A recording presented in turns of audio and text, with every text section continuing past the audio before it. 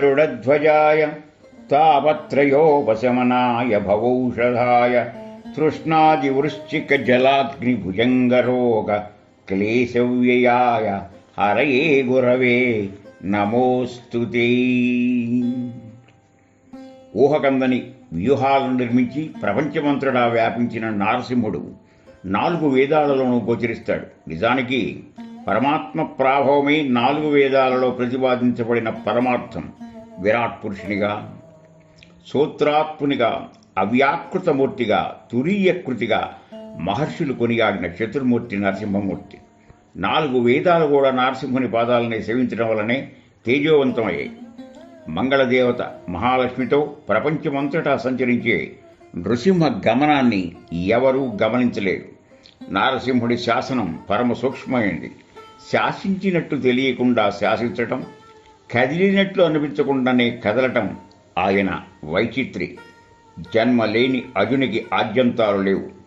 ఆయన పవిత్రతా పరాక్రమం ఎన్నటికీ అకుంఠితం. నారసింహుడే నిజమైన జేత.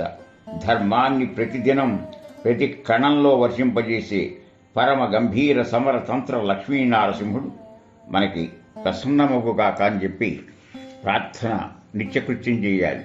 అయితే ఈ ప్రార్థించే వారిలో కొందరు గట్టి సంకల్పంతో, నిశ్చలమైన భక్తితో లక్ష్మీనరసింహులను గుణగణాలను కీర్తిస్తారు. ఇంకొందరు నమస్కరిస్తారు. మరికొందరు నిత్యయుక్తులై ఆరాధిస్తారు. ఇంకొందరు జ్ఞానయజ్ఞంతో ఉపాసిస్తారు. కొందరు జీవ బ్రహ్మైక్య భావంతో లక్ష్మీనరసింహుని సేవిస్తారు. అనేకులు పరమాత్మభావంతోనే పూజిస్తారు. ఎవరు ఏ భావంతో సేవిస్తే వాళ్లకు ఆ రూపంలోనే శ్రీ లక్ష్మీనరసింహుల అనుగ్రహం లభిస్తుంది. అయితే ఆత్మ సంయమనంతో అచంచల దీక్షతో ఆరాధించే వారికి మాత్రమే లక్ష్మీనరసింహులు సులభ ప్రసన్నులనేది మనం గుర్తుంచుకోవాలి. ఇక అనంత పరాక్రమంతో, అనంత బాహుబలంతో, సూర్యచంద్రుల జ్యోతిర్నయనాలతో, అగ్నిలా ప్రజ్వలించే ప్రచండ వదనంతో, అత్యద్భుతమైన రూపురేఖలతో అన్ని వైపులా తన చూపుల్ని ప్రసరిస్తూ ఆత్మసంపదను ప్రతిపాదించే యాదాద్రి నరసింహుడు మనల్ని కరుణిస్తాడు. అలా కాక ఓం నమో నారసింహాయ, ఓం నమో నారసింహాయ, ఓం నమో నారసింహాయ అనే ఈ మంత్రాన్ని నిశ్చలమైన భక్తితో మనకి ధ్యాసనైనన్ని సార్లు శ్వాసతో ధ్యాస పలుకుతూ, శ్వాసతో బంధనం చేసి కనీసం 108 సార్లు భక్తిస్తే పఠిస్తే చాలు. శోకమోహాలు, అహంకార మమకారాలు, రాగద్వేషాలు, రుణ రోగాలు పటాపంచలవుతాయనేది వాస్తవం. అయితే మనం ఆయనకంటూ ఏవి సొంత కోరికలుండవు. చరాచర జగత్తులో జీవజలాల అభిలాషను పూర్తి చేయడమే ఆయన ఏకైక లక్ష్యం. జీవజాలాల అభిలాషల్ని పూర్తి చేయడం కోసమే ఆయన అవతారం వచ్చింది. జన్మాంతరాల నుండి కరుడుగట్టిన జడత్వాన్ని క్షణంలో చిన్నాభిన్నం చేసే ఆ మహాయోధుడే ధర్మాన్ని రక్షిస్తాడు. యుగారంభం నుండి యుగాంతం వరకు స్థావర జంగమాల అనంత లీలల వెనక ఉన్న ఆ వాసుదేవుని పరమశక్తిని ఒక్కసారి నాదంటూ లేదు నీకు నే శరణాగతి అన్న వారికి, హృదయపూర్వకంగా స్మరించే వారికి అభయం ఇచ్చి తన వాణ్ణి చేసుకుంటాడు. అనన్య భావనతో నారాయణ భగవానుని ఆశ్రయించిన వారి భారాన్ని ఆయనే భుజాలపై వేసుకుంటాడనేది వాస్తవం. హిరణ్యకశిపుని వంటి దుష్టుని సంహరించటానికి మనిషి సింహం కావాల్సి వచ్చింది. ప్రహ్లాదుని భక్తికి, నిర్భయత్వానికి కరిగిపోయాడు. భక్తిని కోసం కదిలాడు.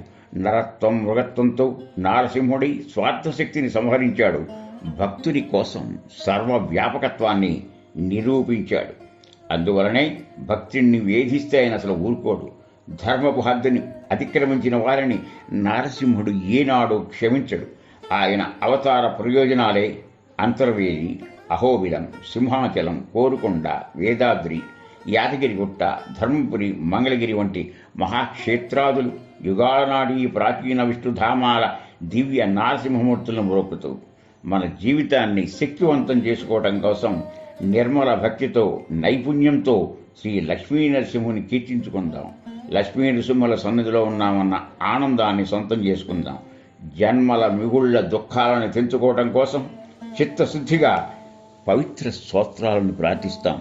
యోగో యోగ విదాం నేత ప్రధాన పూరుషేశ్వర నారసింహవపు శ్రీమాన్ కేశవ పురుషోత్తమహం. ఆదిశంకరుడు భగవత్పాదులు వారి జగద్గురు పీఠానికి మనసా చేతులు జోడిస్తూ ఆయన అమర లేఖిని నుంచి జాలువారిన అమృత రసధార శ్రీ లక్ష్మీ నృసింహ కరావలంబ స్తోత్రముతో పరమ శుభాలని కోరుకుందాం. జీవనపు సాంసారిక వేడల్ని తొలగించుకుందాం. నిప్పులు గక్కే మహోజ్వల నాలుకల మహాశక్తి మన దుఃఖాలని తొలగించాలని శ్రీ లక్ష్మీ నృసింహ కరావలంబ స్తోత్రముతో అభయ నారసింహుని వేడుకుందాం.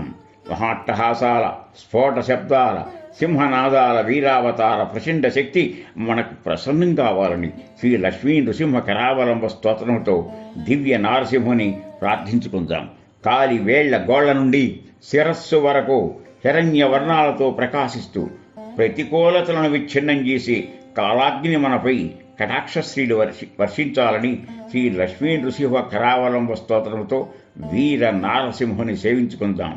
బాల్య యౌవన కౌమార వార్ధక్యాది అవస్థలు ఘోరమైన కోర్కెలకు బానిసలు కాకుండా నీ యోగస్వరూప స్మరణతో తరించి పరవశించాలని శ్రీ లక్ష్మీ నృసింహ కరావలంబ స్తోత్రంతో లక్ష్మీ నారసింహుని కీర్తించుకుందాం. కరావలంబం అంటే చెయ్యి అందించిన ఆయన. శ్రీమత్పయోనిధి నికేతన చక్రపాణి భోగీంద్రభోగ మణిరాజిత పుణ్యమూర్తి యోగీశ శాశ్వత శరణ్య భవాబ్ధిపోత లక్ష్మీ నృసింహ మమ దేహి కరావలంబం. ఇలాంటి స్తోత్ర పాఠాలు మనకి 14 కనబడతాయి. ఎన్నో జ్ఞాన అందించేటువంటి అమృతధారలు. ఈ సంసారం అంటే కేవలం ప్రపంచమే కాదు, మన కుటుంబం కూడా సంసారం అంటాం. ఈ సంసారం ఎంతటిది అంటే చాలా విశాలమైన సముద్రం. ఇందులో రకరకాల మొసళ్ళు, చేపలు, తిమింగలాలు, సొరచేపలు, చిన్ని చేపలు, పెద్ద చేపలు, కానీ ఇన్ని ఉన్న వాటిల్లో కష్టాలు, నష్టాలు, ఇష్టాలు, అయిష్టాలు, సుఖాలు, దుఃఖాలు ఐదుని చెప్తూ సంసార సాగర విశాల కరాళ కామ నక్త్రగ్రహ గ్రసన నిగ్రహ విగ్రహస్య మగ్నస్య రాగ లసదూర్మిని పీడితస్య లక్ష్మీ నృసింహ మమ దేహి కరావలంబం. ఇంకో చోట అంటారు స్వామి, సంసారకోపమతి ఘోర అగాధమూలం సంప్రాప్య దుఃఖశత సర్ప సమాకులస్య దీనస్య దేవ కృపయా శరణాగతస్య లక్ష్మీ నృసింహ మమ దేహి కరావలంబం.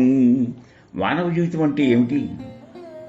రోజు 1000 దుఃఖాలు, కనీసం 100 భయాలు, వీటితోనే సతమతమవుతుంటే ఈ సంసారం అనేటువంటి లోతైన కోపం, లోతైన నుయ్యి, దాని లోతెంతో అగాధాలకి మూలం.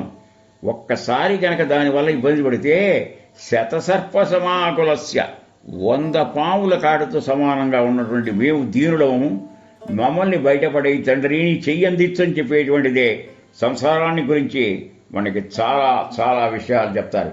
ఈ సంసారం అనేటువంటిది దాని యొక్క వర్ణిస్తూ చెప్పినటువంటి 6-7 శ్లోకాలు మనకు వస్తాయి.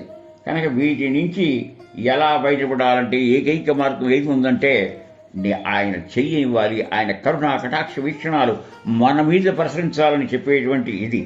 ఇలా చెప్పి ఎవరైనా దాన్ని కృతకృత్యుడయ్యారని చెప్తున్నారు. ఎవరంటే వారు ప్రహ్లాద నారద పరాశర పుండరీక వ్యాసాంబరీష సుఖశౌనక హృన్నివాస భక్తానురక్త పరిపాలన పారిజాత లక్ష్మీ నృసింహ మమ దేహి కరావలంబం. అందరిలోకి జ్ఞానభక్తులైన ప్రహ్లాదుడు అటువంటి వాడు. ప్రకృష్టమైన ఆహ్లాదం ఉన్నా లేకున్నా జ్ఞానభక్తిని సంచరించుకుని తల్లి యొక్క గర్భంలో ఉన్నప్పుడే నారదుని యొక్క సారాంశం, ఆ భక్తి సారాంశాన్ని నరాలకి జీర్ణింపజేసుకున్నవాడు.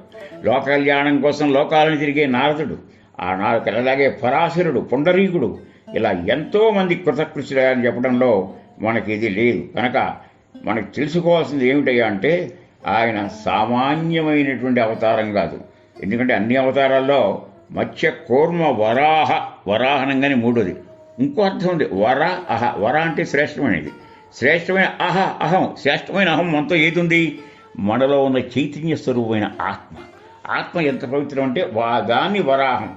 అటువంటి నరసింహుడు ఆడుకున్నాడు జీవితాలతో. ఆ యొక్క జీవితాలను ఉద్ధరించడం కోసం ఆ అవతారం వచ్చింది. అందువల్ల ఆయనతో భక్తి ప్రపత్తులతో మాతా నృసింహశ్చ పితా నృసింహ భ్రాతా నృసింహశ్చ సఖా నృసింహ విద్యా నృసింహో ద్రవిణం నృసింహ స్వామి నృసింహ సకలం నృసింహ. అంతా నరసింహమయం. ఎటు చూచిన తల్లి నీవు, తండ్రి నీవు, సోదరుడు నీవు, సఖా స్నేహితుడు నీవు, చదివే విద్య నువ్వు. కనుక ఎటు చూచినా ఆయనే. ఇంత మహత్తరమైనటువంటి విషయాన్ని మనకి అంతోపదేశంగా భగవత్పాదులు వారు అందించినటువంటిది చాలా అజరామరమైనది. అందులో శంకరాచార్య రచితం సతతం మనుష్య స్తోత్రం. ఈ స్తోత్రాన్ని ఎవరైతే సర్వగుణాలతో ఇచ్చేస్తారో ఆ క్షణాన్ని సాధ్యో విముక్త కలుషోమని వర్యగణో లక్ష్మీపతి పదముపై స నిర్మలాత్మ. అన్ని కాలుష్యాలు కడిగబడి ఎంతో ఆనందంగా ఉంటారు. కనుక ఆ లక్ష్మీ నరసింహ యొక్క చరణాలని మనం అంకిత భావంతో స్మరించాలి, ఆ ధ్యానించాలి. అందుకే శ్రీమన్నృసింహ విభవే గరుడధ్వజాయ తాపత్రయోపశమనాయ భవౌషధాయ తృష్ణాది వృశ్చిక జలాగ్ని భుజంగ రోగ క్లేశవయాయ హరయే గురవే నమోస్తే.